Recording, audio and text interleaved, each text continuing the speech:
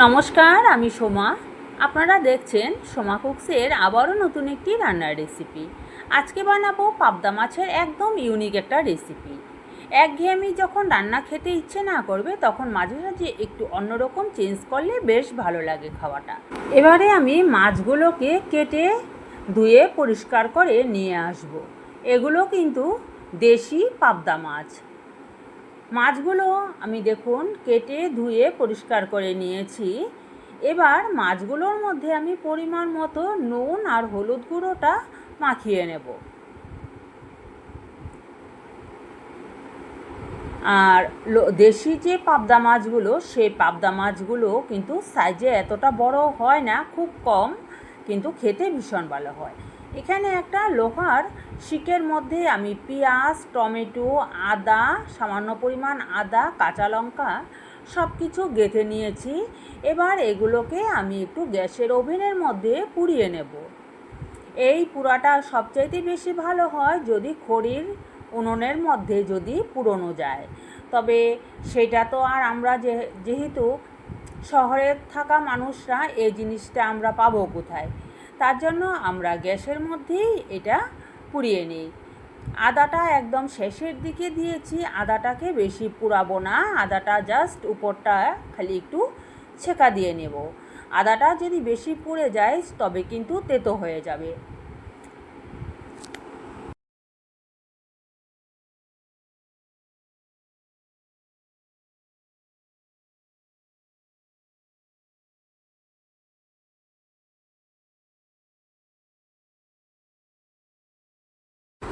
বেশ কতক্ষণ সময় ধরে আমি এগুলোকে পুড়িয়ে নিয়েছি। একটু গ্যাসের আঁচটা একটু লো করে দিয়েছিলাম যাতে ভিতরটাও ভালোভাবে পুরানো হয়ে যায়। পুরানো হয়ে গেছে। এবার আমি এগুলোকে সাইডে রেখে একটা কড়াই বসিয়ে দিলাম। কড়াইটা গরম হয়ে যাওয়ার পর কড়াইতে দিয়ে দিয়েছি সর্ষের তেল। তেলটা গরম হয়ে যাওয়ার পর আমি এখানে দিয়ে দিলাম 1 চামচ পরিমাণ কালো জিরে। কালো জিরেটা দেওয়ার পর সমস্ত মাছগুলোকে আমি সুন্দর করে সাজিয়ে দিয়ে দেব।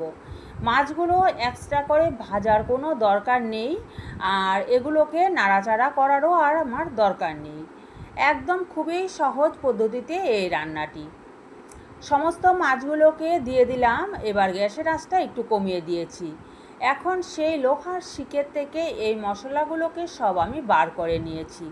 পেঁয়াজ, আদা, কাঁচা লঙ্কা মিক্সার জারে দিয়ে দিলাম। এবার টমেটোর গায়ের যে খোসাটা, সেই খোসাটাকে ফেলে দিয়ে সেই টমেটোটাও আমি মিক্সার জারের মধ্যে দিয়ে দিচ্ছি। আর বাকি রইল এখানে রসুনটাও তো এখন নরম হয়ে গেছে। পোড়ানোর পর রসুনটা কিন্তু নরম হয়ে গেছে। এবার রসুনের কোয়াগুলো বার করে আমি এই মিক্সার জারের মধ্যে একটা মিহি পেস্ট আমি বানিয়ে নেব। এর মধ্যে কোনো রকম এখন আর জল দিতে হবে না, কারণ টমেটোটার মধ্যে যেটুকু জল আছে সেই জলে এটা পেস্ট করা হয়ে যাবে।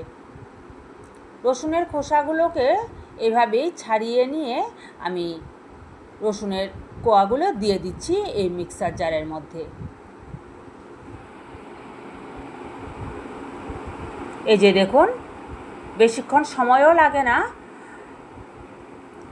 এবার এটাকে আমি একটা খুব সুন্দর মিহি পেস্ট বানিয়ে নিয়েছি। দেখুন, এদিকে মাছগুলোকে কড়ার মধ্যে দিয়ে আমি গ্যাসটা কিন্তু একটু মিডিয়াম আঁচে রেখে দিয়েছিলাম। এবার সেই মশলাটা আমি সমস্ত এই মাছের উপর দিয়ে দিলাম। দিয়ে মিক্সার জারটা ধুয়ে সামান্য একটু জল আমি কড়ার মধ্যে দিয়ে দিয়েছি। এবার আস্তে করে মাঝখানটা একটু নেড়ে দিতে হবে যাতে মাছগুলো লেগে না যায়। আর বেশি নাড়াচাড়া করতে গেলে পাবদা মাছ খুবই নরম একটা মাছ, সেটা সিদ্ধ রান্না হতেও বেশি সময় লাগে না। এবার আস্তে আস্তে এটা ফুটে উঠুক, আর আমি দিয়ে দিচ্ছি স্বাদের অনুযায়ী, স্বাদ মতো আরও কিছুটা নুন লাগবে, সেই পরিমাণ মতো নুন দিয়ে দিলাম। এই রান্নাটায় আর অন্যরকম কোনো মশলা কিন্তু এখানে দরকার পড়ে না। এই যে পোড়া একটা মশলার যে একটা ফ্লেভার, সেইটাতেই খুব ভালো লাগে এটা খেতে।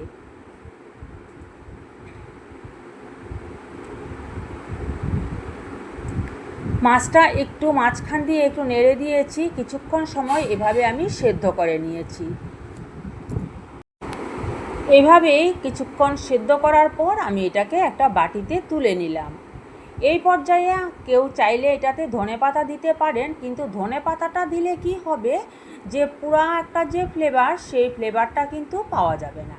সেজন্য আমি কোনো সময় দেই, কোনো সময় আবার দেই না। তবে কেমন লাগলো বন্ধুরা আমার আজকের এই পোড়া মশলা দিয়ে পাবদা মাছের রেসিপি, অবশ্যই কমেন্ট করে জানাবেন। আর যদি ভালো লাগে তবে নিজেদের বন্ধুবান্ধবী আত্মীয় স্বজনের সাথে ভিডিওটি একটু শেয়ার করে আমার চ্যানেলটিকে সাবস্ক্রাইব করে পাশে থাকার অনুরোধ রইল সবার কাছে। তবে আজকের মতো এই পর্যন্তই। আপনারা সকলে ভালো থাকবেন, সুস্থ থাকবেন, সাবধানে থাকবেন। আবারও নিয়ে আসবো অন্য কোনো দিন অন্যরকম রান্নার রেসিপি নিয়ে। ততক্ষণের জন্য বাই বাই।